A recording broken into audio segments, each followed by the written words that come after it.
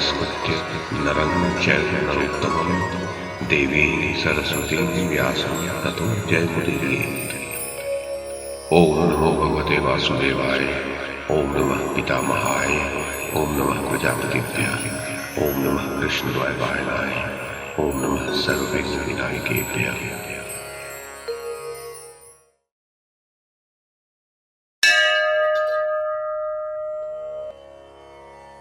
संजय ने कहा, महाराज धृतराष्ट्र, तदनंतर राजा युधिष्ठिर ने सात्विकी के रथ में भरे हुए तरकसों, समस्त उपकरणों तथा भांति भांति के शस्त्रों को रखवा दिया। उसके पश्चात सब प्रकार से सुशिक्षित उन चारों उत्तम अश्वों को सेवकों ने मदमत्त बना देने वाला रसीला पेय पदार्थ पिलाया। जब अश्व मदमत्त बना देने वाले रसीले पेय पी चुके तो उन्हें टहलाया और नहलाया गया। उसके बाद दाना और चारा खिलाया गया। तदुपरांत उन्हें सब प्रकार से सुसज्जित किया गया। उनके अंगों में गड़े हुए बाण पहले ही निकाल दिए गए थे। वे चारों अश्व स्वर्ण की मालाओं से विभूषित थे। उन योग्य अश्वों की कांति सुवर्ण के समान थी।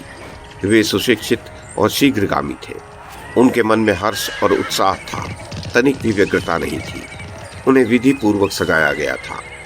स्वर्णमय अलंकारों से अलंकृत उन अश्वों को सारथी ने विधि पूर्वक रथ में जोता। वो रथ स्वर्णमय केशरों से सुशोभित सिंह के चिन्ह वाले विशाल ध्वज से संपन्न था। मणियों और मूंगों से चित्रित स्वर्ण की शलाकाओं से शोभायमान एवं श्वेत पताकाओं से अलंकृत था। उस रथ के ऊपर स्वर्णमय दंड से विभूषित छत्र तना हुआ था तथा रथ के भीतर नाना प्रकार के शस्त्र तथा अन्य आवश्यक सामग्रियां रखी गई थी। जिस प्रकार मातली इंद्र का सारथी और सखा भी है, उसी प्रकार दारूक का छोटा भाई सात्विकी का सारथी और प्रिय सखा था।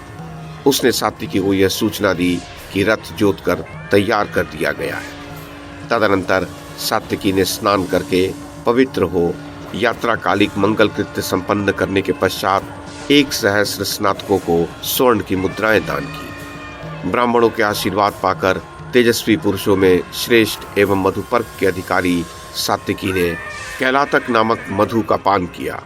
उसे पीते ही उनके नेत्र लाल हो गए, मद से चंचल हो उठे। तदुपरांत उन्होंने अत्यंत हर्ष में भरकर वीरकांस पात्र का स्पर्श किया। उस समय प्रज्वलित अग्नि के समान रथियों में श्रेष्ठ सात्विकी का तेज दूना हो गया। उन्होंने बाण सहित धनुष को गोद में लेकर ब्राह्मणों के मुख से स्वस्ति वाचन कार्य संपन्न कराकर कवच एवं आभूषण धारण किए। पश्चात जिसके कुमारी कन्याओं ने लावा, गंध तथा पुष्पमालाओं से उनका पूजन एवं अभिनंदन किया। उसके पश्चात सात्विकी ने हाथ जोड़कर युधिष्ठिर के चरणों में प्रणाम किया और युधिष्ठिर ने उनका मस्तक सूंघा। फिर वे उस विशाल रथ पर आरूढ़ हो गए। तदनंतर वे हृष्ट वायु के समान वेगशाली एवं अजय सिंधु देशीय अश्व मदमत्त हो उस विजयशील रथ को लेकर चल दिए। इसी प्रकार धर्मराज से सम्मानित भीमसेन भी युधिष्ठिर को प्रणाम करके सात्विकी के साथ चले। उन दोनों शत्रुदमन वीरों को आपकी सेना में प्रवेश करने के लिए इच्छुक देख द्रोणाचार्य आदि आपके सारे सैनिक सावधान होकर खड़े हो गए। उस समय भीमसेन को कवच आदि से सुसज्जित होकर अपने पीछे आते देख उनका अभिनंदन करके वीर सात्विकी ने उनसे यह हर्षवर्धक वचन कहा, भीमसेन, तुम राजा युधिष्ठिर की रक्षा करो। यही तुम्हारे लिए सबसे महान कार्य है। जिसे काल ने रांध कर पका दिया है, उस कौरव सेना को चीर कर मैं भीतर प्रवेश कर जाऊंगा। शत्रु दमनवीर, इस समय और भविष्य में भी राजा की रक्षा करना ही श्रेयस्कर है। तुम मेरा बल जानते हो और मैं तुम्हारा। अतः भीमसेन, यदि तुम मेरा प्रिय करना चाहते हो तो लौट जाओ। महाराज, सात्विकी के ऐसा कहने पर भीमसेन ने उनसे कहा, अच्छा भैया, तुम कार्य सिद्धि के लिए आगे बढ़ो। पुरुष प्रवर मैं राजा की रक्षा करूंगा। राजन, भीमसेन के ऐसा कहने पर सात्विकी ने उनसे कहा, कुंती कुमार, तुम जाओ, निश्चय ही लौट जाओ। मेरी विजय अवश्य होगी। भीमसेन, तुम जो मेरे गुणों में अनुरक्त होकर मेरे वश में हो गए हो तथा इस समय दिखाई देने वाले शुभ शकुन मुझे जैसी बात बता रहे हैं, इससे जान पड़ता है कि महात्मा अर्जुन के द्वारा पापी जयद्रथ के मारे जाने पर मैं निश्चय ही लौटकर धर्मात्मा राजा युधिष्ठिर का आलिंगन करूंगा।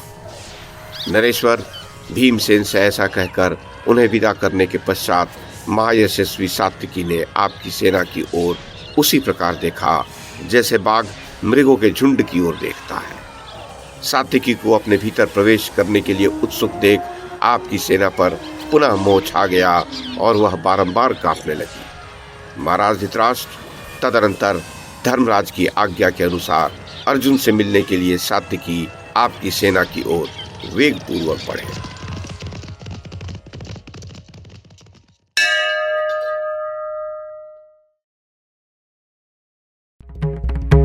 YouTube के माध्यम से महाभारत की कथा को एक श्रृंखला के रूप में प्रस्तुत करने का हमारा ये प्रयास यदि आपको सराहनीय लगा हो तो कृपया इस कड़ी को लाइक और शेयर करें, चैनल को सब्सक्राइब करें और बेल आइकन को दबाएं। साथ में अन्य लोगों को भी देखने के लिए प्रेरित करें।